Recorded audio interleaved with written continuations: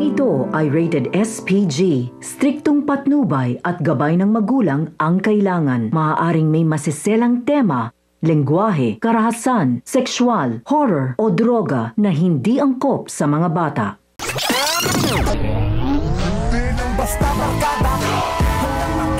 Dahil sa pagre-rebelde ni Santino kay Rigor ay tuluyan na nitong pinasok ang pagbaboxing. At ang masaklap pa dito ay isa itong iligal at sumama pa ito kay Lawrence.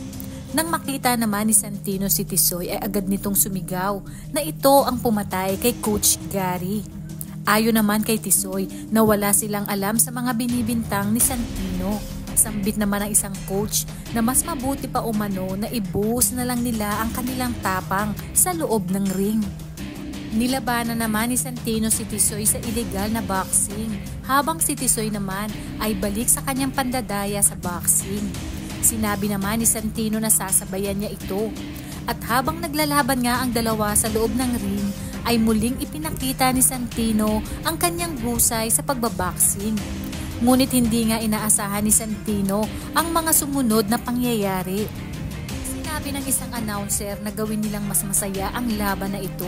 May inihagis na isang patalim sa loob ng ring at agad itong kinuha ni Tisoy at sinabi ni Tisoy na walang lumalabas na buhay sa lugar na yun. Sinabi naman ni Santino kay Lawrence na hindi siya lumalaban sa ganoon. Habang naglalaban ang dalawa ay biglang sinunggaban ni Tisoy si Santino ng saksak. Samantala sa bahay ng mga dimagiba ay napuno naman ng tensyon dahil sa pagwawala ni Lena. Sumigaw nga si Lena na hindi mawawala ng trabaho si Rigor kung sumunod lang ito kila Colonel. Kaya naman dito ay mas lalong nag-init ang ulo ni Rigor. Ayon pa kay Rigor na ito ang desisyon nito. Sabay hagis ng plato, dagdag pa ni Rigor na mas mabuti pang lumayas na si Lena. Sa pag-aaway nga ng dalawa ay nakatingin lang si Marites sa mga ito. At nang mapatingin si Lena kay Tess ay napagbuntungan niya ito ng galit. Sabay sa bunot kay Tess.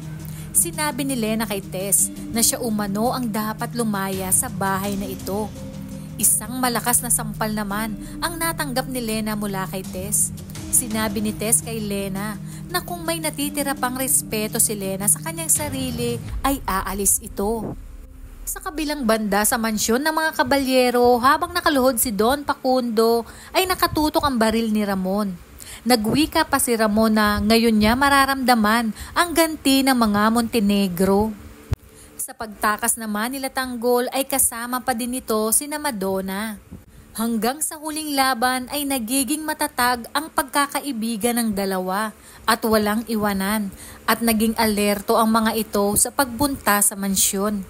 Habang nakatutok naman ang baril ni Ramon kay Senyor ay sinabi ni David na siya na ang papatay kay Facundo.